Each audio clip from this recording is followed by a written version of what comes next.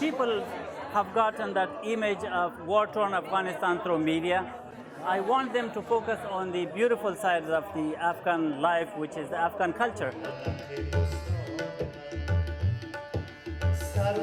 So we are playing three kinds of music. We're playing, of course, the beautiful music of Afghanistan. And we're working hard to preserve and promote that music.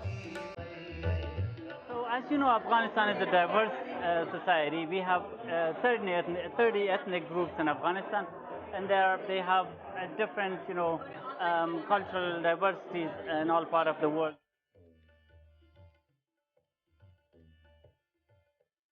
I have the traditional Afghan turban, and then coming down I have my vest, and this is a traditional Afghan vest for men, and under that is the hand-stitched embroidery.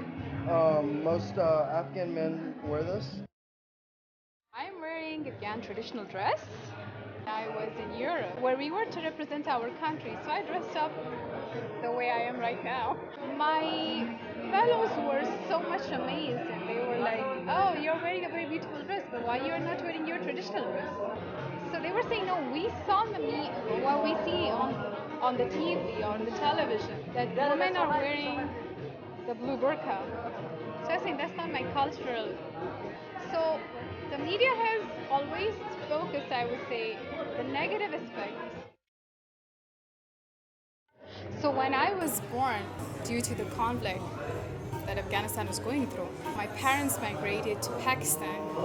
I used to listen to my mom and my dad and my grandfather when they were telling me their childhood stories, that how they used to play in the street and how everything was fine and due to the stability. And I wish I was born at that time so that I could spend my childhood same in my country.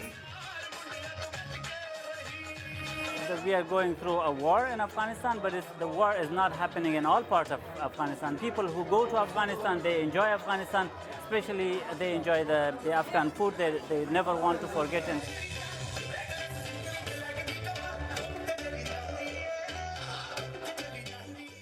The ancient history of Afghanistan, the museums of Afghanistan, the artifacts of Afghanistan, the music is something that, very unique in its kind.